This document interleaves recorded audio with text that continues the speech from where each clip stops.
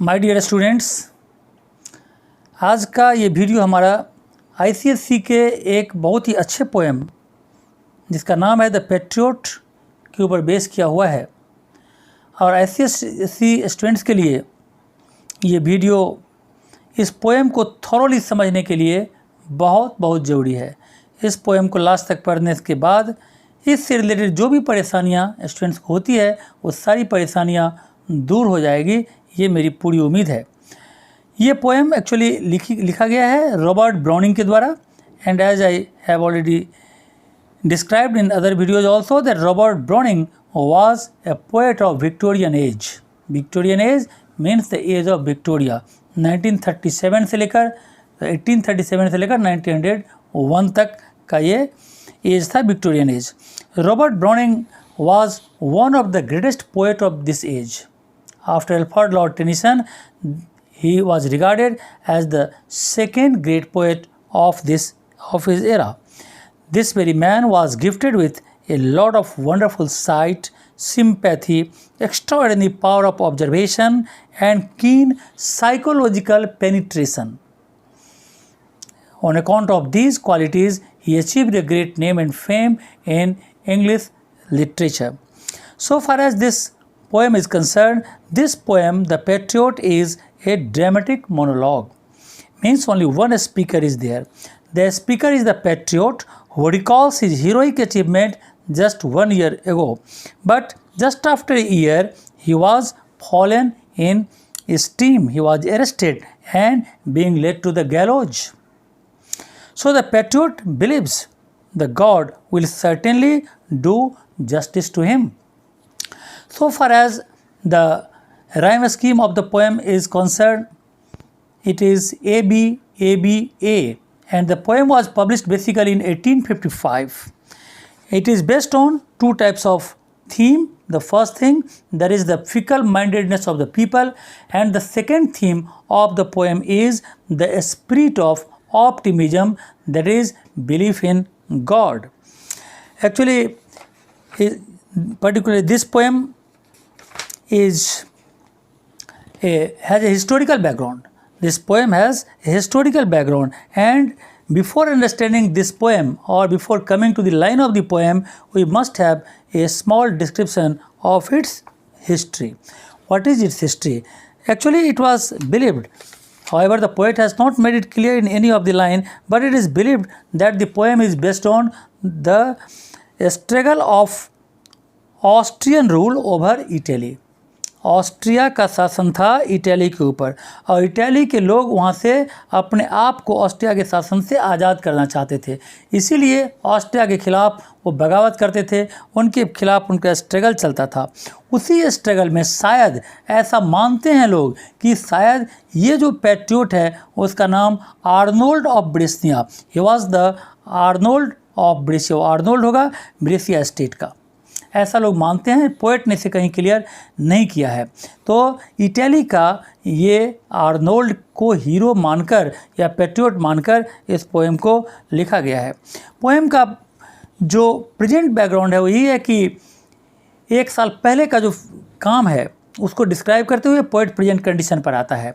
यानी आज की कंडीशन में यही है कि जो पैट्रियट है उसे फांसी के फंदे तक ले जाया जा रहा है, गलियों में नंगे पैर, और उसे वो अपने एक साल पहले की एक घटना याद आती है जब वो एक बहुत ही यानी नोबल और ब्रेव वर्क करके अपने देश के लिए जब अपने देश वापस आ रहा था, तो उसे किस तरह का वार्म वेलकम दिया गया था, और आज ठीक एग्जैक्टली एक साल के अंदर उसकी स्थिति क्या हो गई है, इस दोनों को कंपेयर किया गया है। तो चलते हैं हम लोग पोएम के लाइन पर और हम लोग इसके फर्स्ट स्टेंजा को डिस्क्राइब करते हैं। ये 6 स्टेंजा का पोएम है और इसका पहला स्टेंजा है, it was roses all the way with marital mixed in my path like mad. ये पैट्रियट याद करता है अपने उन दिनों को जो एक साल पहले की घटना है, जब वो शहर में युद्ध जीत कर वापस आ रहा था तो उसके रास्तों को फूलों से सजा दिया गया था। एक ऐसा फूल यानी जो सेंटेड फ्लावर्स था, सेंटेड फ्लावर से उनके रास्ते को पूरी तरह से सजा दिया गया था। घर की छतों पर लोग इतने यानी क्राउड, इतनी बड़ी क्राउड जमा थी कि ऐसा लगता था कि घर उस क्राउड से हिल रहा है। चर्च के स्पायर्स को यानी डोम्स को, उनके गुंबज को लाइटेड कर दिया गया था और रास्ते पर दोनों तरफ फ्लैग लगा दिया गया था। ये घटना सिर्फ 1 साल पहले की थी, जब ये पैट्रियट अपने देश वापस आया था। यानी तो इस तरह का वार्म वेलकम इसे दिया गया था। ऐसा फिर नेक्स्ट जो इसका जो लाइन्स है, वहाँ पर भी सेकंड स्टेंजा में भी पोएट ने 1 साल आगे की घटना को डिस्क्राइब किया है। और ये पैट्रियट सोचता है, the air broke into a mist with bells. याद आता है कि ऐसा लगता था कि चर्च का बेल्स ही पूरे एटमॉस्फेयर में सिर्फ चर्च का बेल ही सुनाई पड़ रहा है, यानी पूरा का पूरा वातावरण चर्च के बेल से गूंजता रहता था।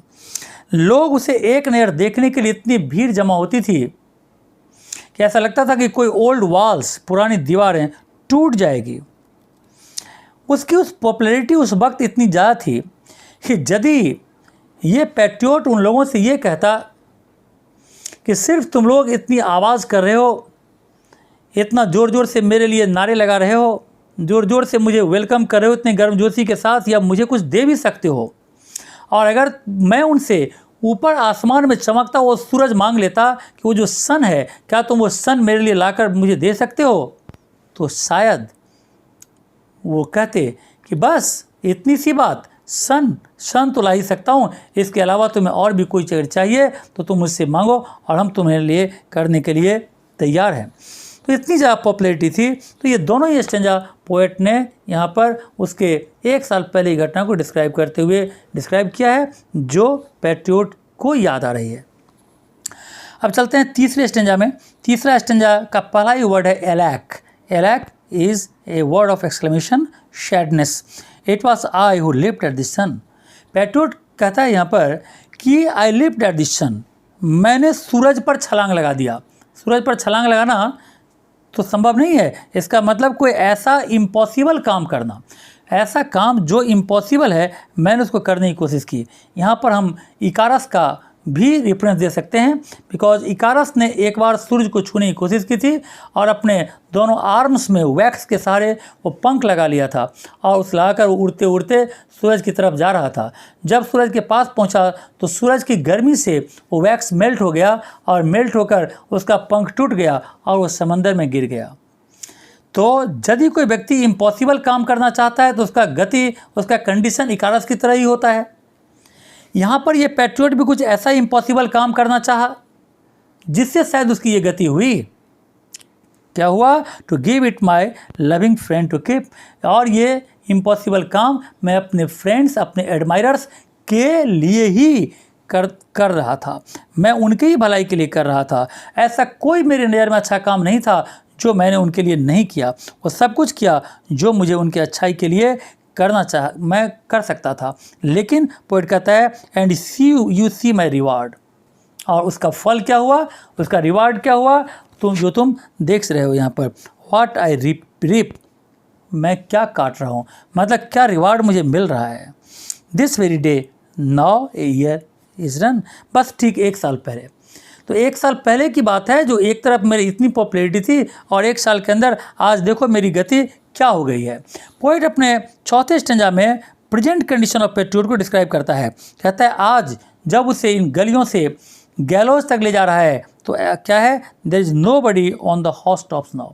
घर की छतों पर आज उसे देखने के लिए, वेलकम करने के लिए आज कोई भी नहीं है। हाँ, कुछ खिड़कियों पर जरूर कुछ लोग बैठकर देख रहे हैं उसे, लेकिन वो लोग हैं जो चल नहीं सकते, जो पाल्सिड हैं, मतलब पैरालाइज्ड हैं, मजबूर हैं, इसीलिए उसे देख रहे हैं। बाकी जितने भी चलने वाले व्यक्ति हैं, आज का जो सबसे बेस्ट साइट है वो देखने के लिए चले गए हैं।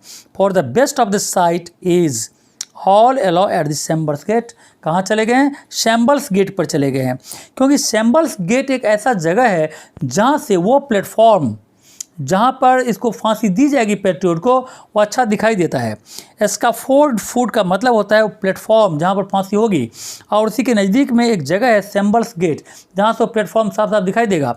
सो most of the person of the town have gone to the symbols get, because from there they can have a better view or a clear view of the hanging of the patriot.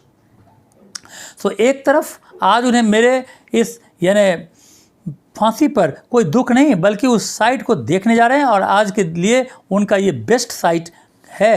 Poet ने यहाँ पर उसे best site कहा है, उनकी नज़र में आज अच्छा साइट है। तो इस तरह पोएट अपने 5वें स्टेंजा में जाता है और पोएट का जो 5वां स्टेंजा है वो कहता है I go in the rain and more than needs. आज जब मैं यहाँ पर मुझे ले जाया जा रहा है फांसी के उस प्लेटफॉर्म पर, बरसा बरस रही है, कोई ज़रूरत नहीं है, बेवजह मुझे ले जा रही है। ए रोप कट्स बोथ माई रिस्ट, मेरे दोनों कलाइयों को पीछे करके इतना टाइटली बांध दिया गया है कि उससे खून निकल रहा है। I think by the feel my for bleeds for the fling, और लोग मेरे ऊपर पत्थर फेंक रहे हैं। पत्थर फेंकने से मेरे माथे से कई जगह ब्लड निकल रहा है। ये प्रेजेंट कंडीशन है। किस लिए? मेरे सिर्फ 1 साल की कोई ऐसी घटना को लेकर शायद मेरी पॉपुलैरिटी अचानक इतनी कम हो गई कि मुझे फूलों के यानी फूल सजाने वाले व्यक्ति मेरे रास्तों में आज मेरे ऊपर पत्थर फेंकते हैं और मुझे यानी फांसी देने के लिए ले जा रहे हैं। कितनी जल्दी लोग एक दूसरे के उपकार को भूल जाते हैं और एक दूसरे के कामों को भूल जाते हैं, ये पोएट यहाँ पर दिखाना चाहे। पोएट अपने छठे और आखिरी स्टेंजा में कहता है दस आई इंटर्ड, इस तरह से मैं शहर में इंटर किया, एंड दस आई गो, और इस तरह से मैं जा रहा हूँ। मैं आया मैं कितना वेलकम के साथ और मैं जा रहा हूँ कितनी यानी क्रूएल्टी के साथ। In terms people have drop down dead, जब मेरी विक्ट्री होती थी, जब मैं विक्टोरियस होकर वापस आता था तो लोग मेरे सामने सर झुकाए खड़े रहते थे। पेड बाय द वर्ल्ड, लेकिन आज 1 साल में जो मेरे साथ इन लोगों ने किया, 1 साल की घटना को लेकर, वो जो मेरी बुराइयाँ शायद रही होगी इनकी नज़र में, उसका उन्होंने पेड कर दिया, उसका फल इसने मुझे दे दिया। और मेरे लिए पेट्रियट कहता है कि अच्छा ही हुआ, क्योंकि जिस कर्मों का जो इनके नज़र में बुरा चीज़ था उसका फल तो इन्होंने दे दिया, तो अब मुझे तो बुरे कर्मों का फल गॉड नहीं देगा, क्योंकि एक ही पाप के लिए 2 जगह तो पनिशमेंट हो नहीं सकता। एक पनिशमेंट तो इन लोगों ने मुझे दे दिया, तो अब गॉड कोई पनिशमेंट नहीं देगा। तो मेरा जो अच्छा काम है उस अच्छे काम का मुझे रिवार्ड मिलेगा, जो रिवार्ड ये लोग नहीं दे सका, यहाँ की जनता नहीं दे सकी, उनका अपना यानी जो उनके एडमायरर्स थे, उनके सिटीजन्स थे, वो नहीं दे पाए, तो कौन देगा? गॉड देगा। तो अब वो अपने आप को कहता है कि the God shall repay, means the God will give me that reward which these persons did not give to me, and I am safe also। Patriot अपने आप को गॉड के हाथों में सेफ फील कर रहा है, सेफ महसूस कर रहा है, और उसे लगता है कि अब उसके साथ न्याय होगा। यहाँ के लोग जो न्याय नहीं कर सके, वो न्याय कौन करेगा? तो गॉड करेगा। और इसी विश्वास के साथ कि गॉड सबके साथ न्याय करता है, क्योंकि गॉड देखता है कि आखिर एक्चुअल में एक बुरा कौन है, अच्छा कौन है, कौन काम बुराई से भरा हुआ है, कौन काम अच्छाई से भरा हुआ है, इस बात को गॉड देखता है, और वही सबसे बेस्ट जज भी है पोएट के नज़र में।